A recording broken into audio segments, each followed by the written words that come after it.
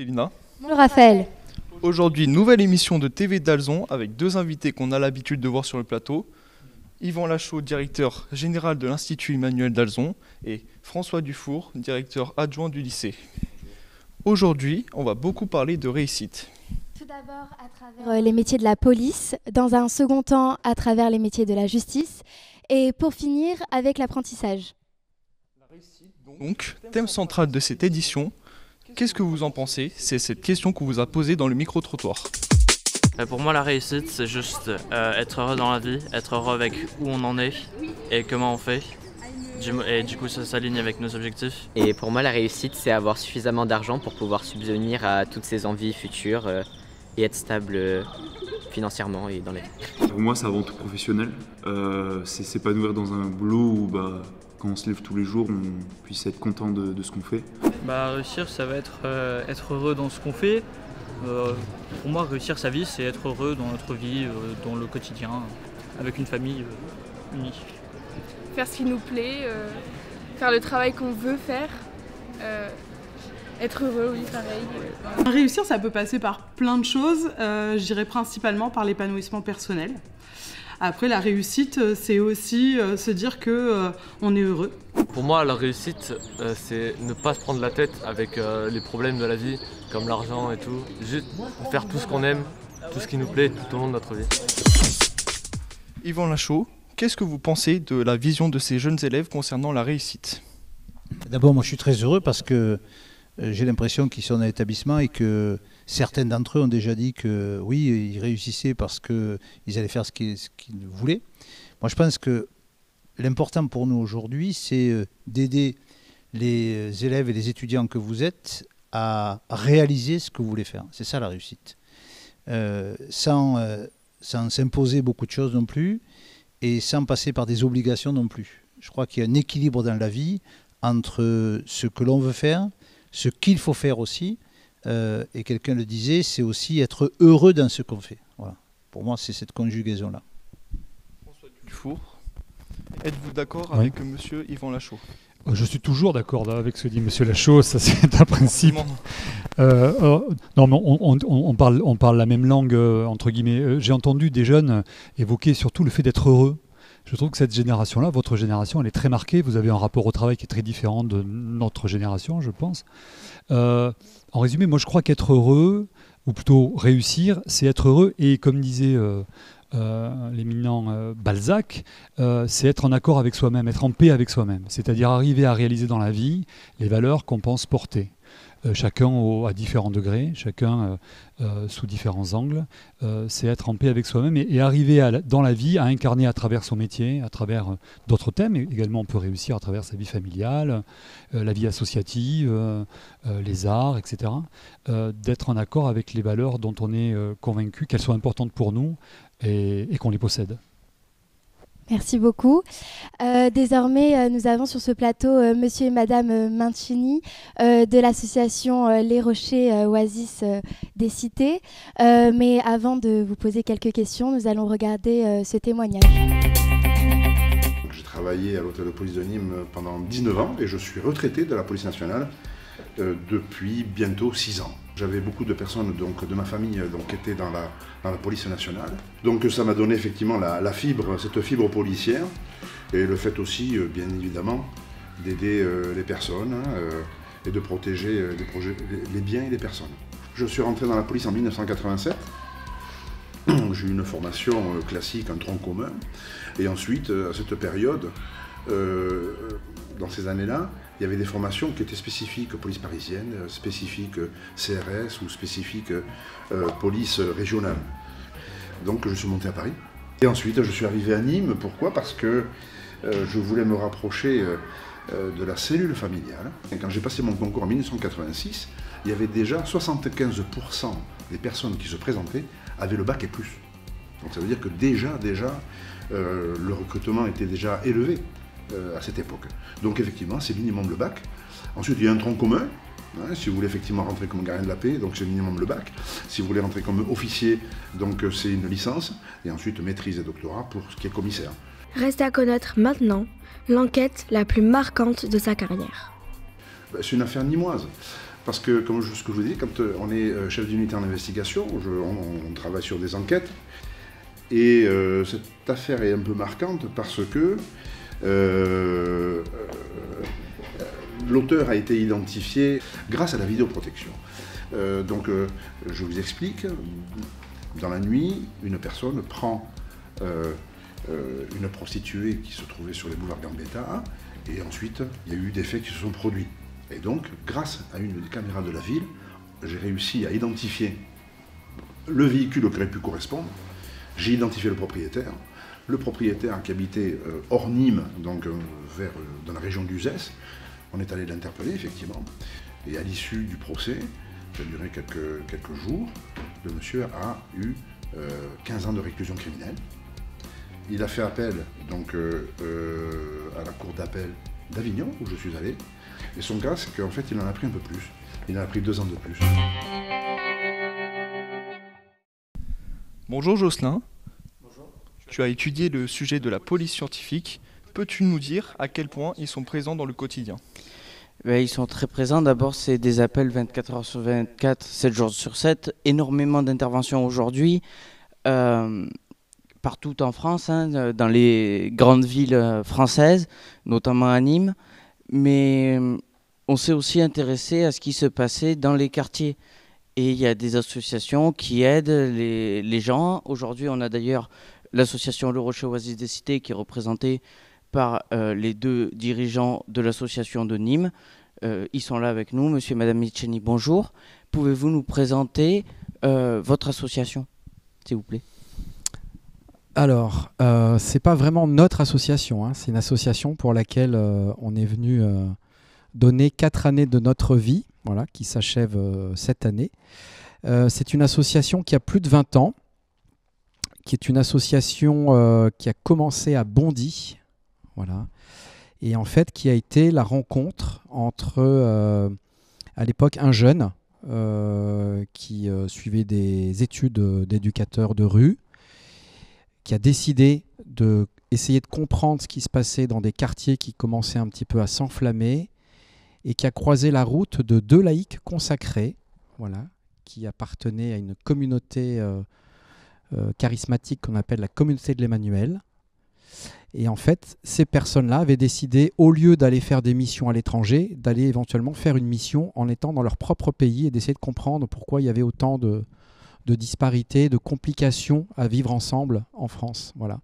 Et en fait, ces 2 histoires se sont croisées et ont donné lieu à la création de l'association Le Rocher Oasis des Cités, qui aujourd'hui a 9 antennes en France et qui est en train d'expérimenter ce qu'on appelle la subsidiarité, c'est-à-dire comment créer des propres associations locales pour essayer de créer encore plus d'associations sans alourdir une équipe au niveau national. Voilà. Et Nîmes est l'avant-dernière antenne qui est née il y a maintenant 7 ans. Et comment aidez-vous concrètement ces jeunes ?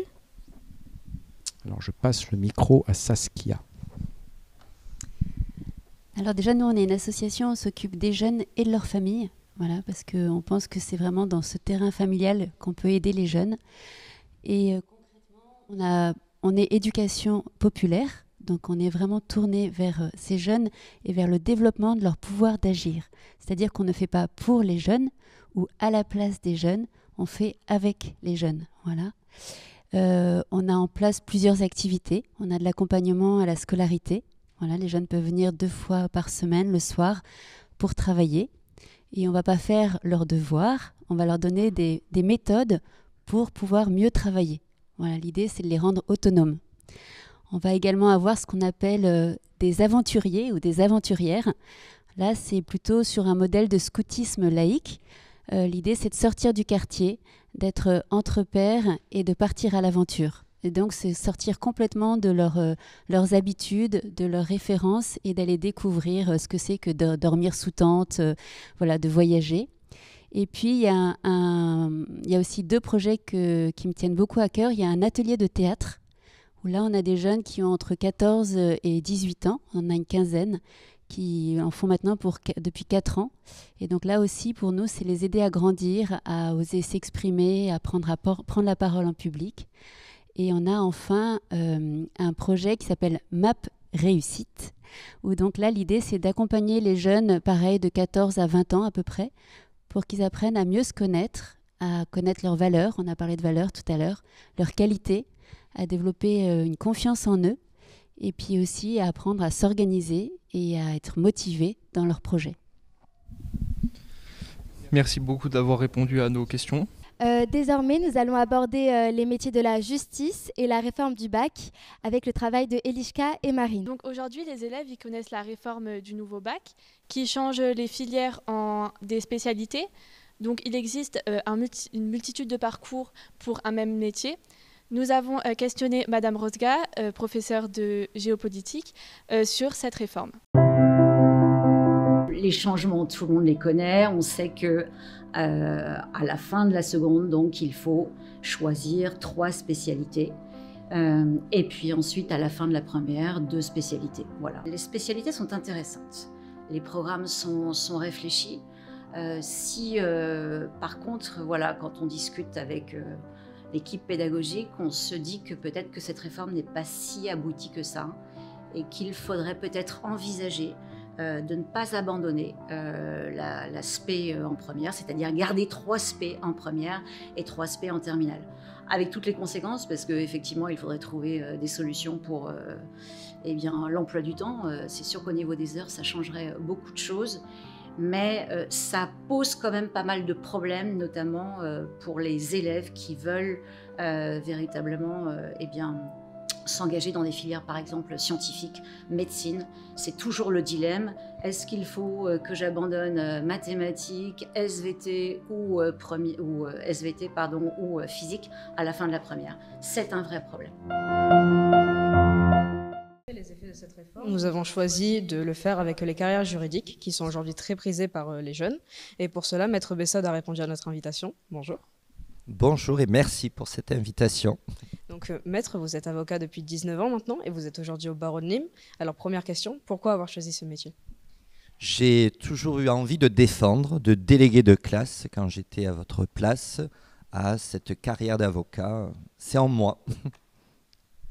Et après avoir visionné ce film et avoir écouté cette professeure qui vous en a parlé, quels effets vous attendez-vous à retrouver dans les futurs étudiants en droit dû à cette réforme? Alors, il y a évidemment un intérêt à pouvoir choisir des spécialités. Elles sont assez riches d'après ce qu'on m'a expliqué. Mais il faut garder à l'esprit que pendant les 5 ans de fac, si on veut être avocat, et les 2 ans d'école, on a aussi la possibilité d'orienter nos choix. Et si vous suivez mon conseil, de profiter de ces années d'université pour faire une coupure et voyager dans le cadre d'un Erasmus. C'est l'ouverture d'esprit. Donc, une formation riche au lycée, c'est de bonnes bases, mais vous aurez aussi l'occasion à l'université de vous ouvrir. Et on a des formations universitaires qui peuvent encore évoluer dans le cadre de votre profession. Vous avez des qualifications quand on est avocat, au bout d'un certain nombre d'années, qui vous permettront aussi, en fonction de votre sensibilité sur des domaines d'activité, sur des dossiers, de passer d'un enseignement universitaire à une pratique. C'est 2 choses différentes.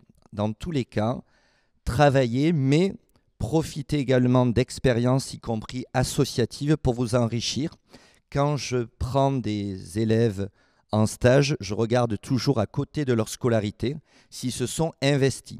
On parlait de délégués, il y a plein d'associations, je vous engage à le faire.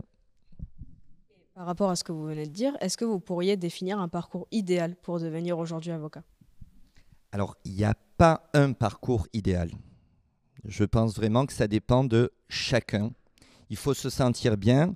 Dans la profession d'avocat, vous pouvez exercer, c'est mon cas en droit pénal, en droit de la famille, vous pouvez vous intéresser à des associations et être l'avocat, le meilleur avocat des associations et vous épouser leur cause. Vous pouvez être dans un domaine plus pointu en droit fiscal.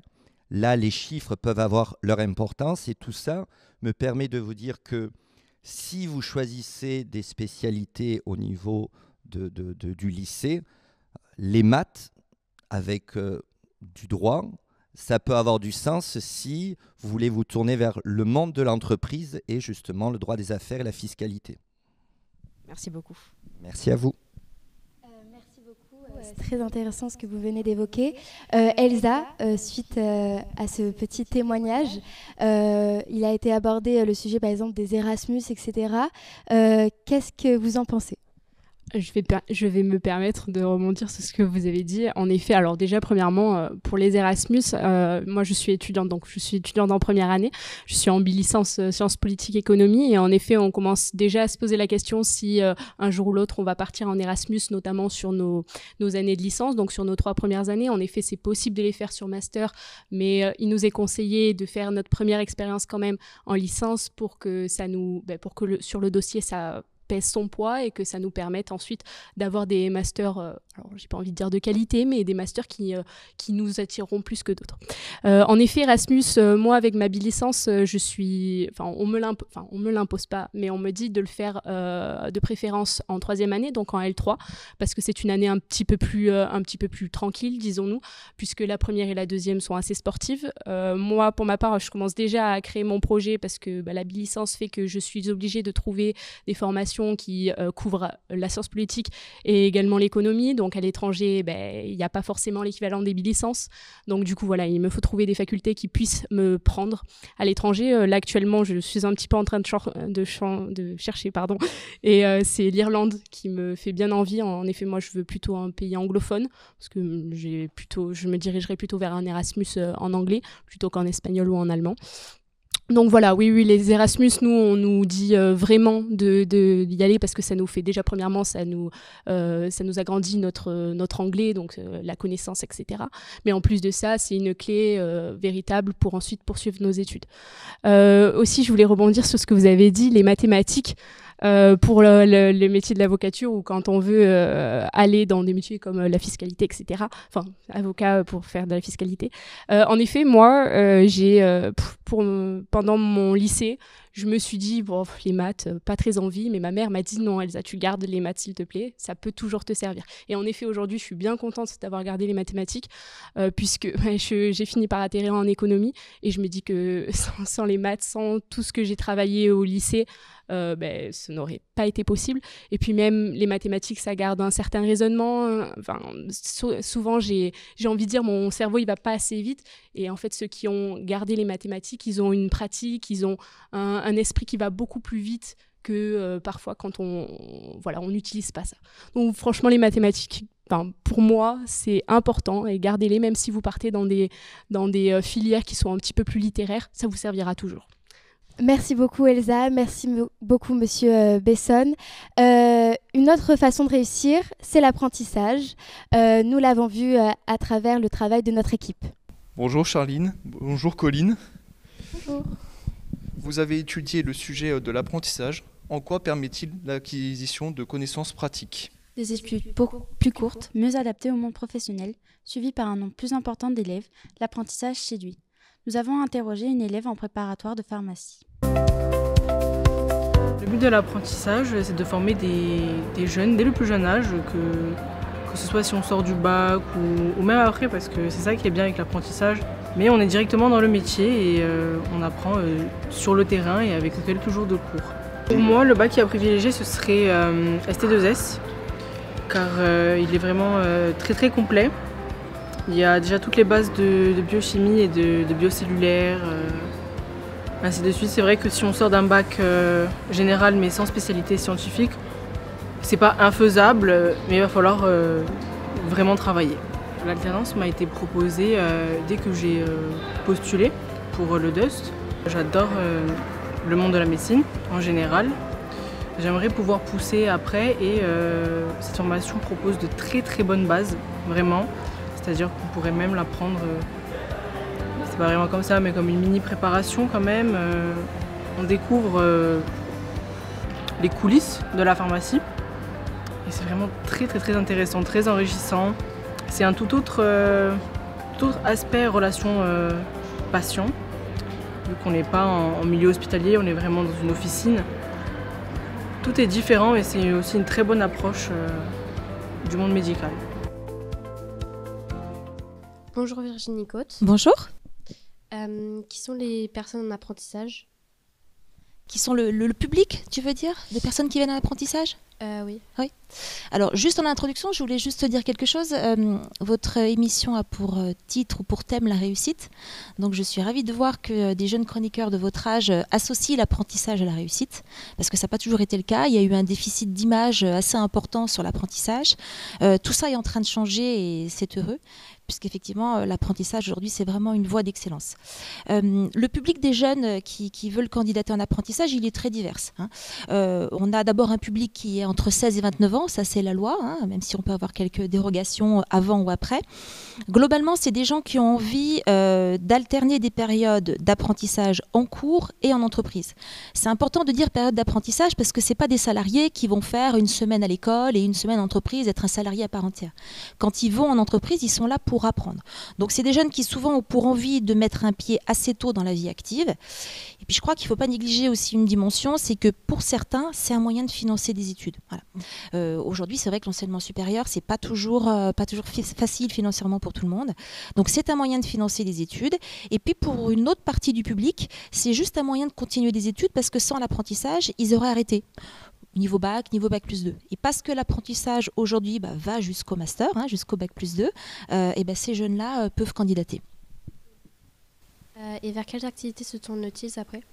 Alors les secteurs d'activité aujourd'hui, ils sont vraiment très très divers. D'ailleurs, tous les secteurs d'activité aujourd'hui sont ouverts à l'apprentissage. Il y a quand même des secteurs qui traditionnellement représentent le plus grand nombre d'apprentis. Je pense à l'artisanat. Donc artisanat, il peut y avoir tous les métiers autour de la main, la coiffure, l'esthétisme, les métiers de bouche. Les métiers de l'industrie sont très pourvoyeurs de contrats d'apprentissage. Les métiers de l'hôtellerie-restauration, de manière importante. Et puis de plus en plus, on l'a vu avec la vidéo que vous avez présentée ici, les métiers du médical et du paramédical s'ouvrent à l'apprentissage. Mais aujourd'hui, il n'y a plus de secteurs d'activité qui ne sont pas ouverts à l'apprentissage et on peut commencer à bac-3 jusqu'à bac plus 5. Pour votre témoignage, Monsieur Yvan Lachaud, vous vouliez ajouter quelque chose? Simplement, je vais prendre un exemple. Vous voyez, à côté, il y a un chèque de 1 000 €. Il nous a été remis ce matin par une association qui s'appelle Vitanim. C'est une association en fait de chefs d'entreprise qui se réunissent une fois par mois, un matin, donc le jeudi matin, de 7 à 9 avant d'aller travailler. Et pourquoi ils nous ont remis ce chèque? Parce que simplement, on a un de nos anciens élèves, Mehdi Charny, qui a bien réussi professionnellement et qui a été aidé par l'établissement. Et donc aujourd'hui, cette association de jeunes entrepreneurs avait envie de remettre un chèque de 1 000 € à Dalzon pour justement montrer cette implication importante. Et comme le disait Mme Côte il y a un instant, je crois qu'aujourd'hui, pour nous, ce qui a changé, c'est que nous qui sommes responsables du secteur éducatif, on voit très bien aujourd'hui qu'il y a dans le milieu de l'emploi une demande exceptionnellement forte d'hommes et de femmes qui ont envie d'avoir des jeunes en apprentissage. Et je pense que c'est du gagnant-gagnant. Voilà. Donc on a un bel exemple là. Et ce matin, on a rencontré d'ailleurs 3-4 chefs d'entreprise qui étaient des anciens élèves d'Alzon et qui ont témoigné aussi de ce passage-là. Alors, ils n'ont pas tous connu l'apprentissage, mais aujourd'hui, il est clair que c'est une chance. Et d'ailleurs, la chance que nous avons aussi dans l'établissement, c'est qu'on a sur tous les parcours cette possibilité d'être soit un secteur, soit dans la voie traditionnelle scolaire, soit dans la voie de l'apprentissage. Et on peut passer de l'un à l'autre, ça dépend des moments, et on peut être aussi très heureux de continuer ses études tout en étant dans une entreprise. Voilà ce que je voulais simplement vous dire. Et bravo d'avoir pris ce sujet-là. Merci beaucoup. Merci pour votre attention. Notre émission touche à sa fin. Nous nous reverrons bientôt. Je vous invite à venir sur le plateau, s'il vous plaît. Donc, merci Yvan Lachaud, merci Monsieur Dufour, merci Madame Côte, merci Maître Besson, merci... Besson. Merci Monsieur et Madame Minchini. Merci à vous téléspectateurs, merci à l'équipe, merci à vous collégiens et lycéens pour votre travail. Et on se retrouve pour une nouvelle édition de TV Dalzon.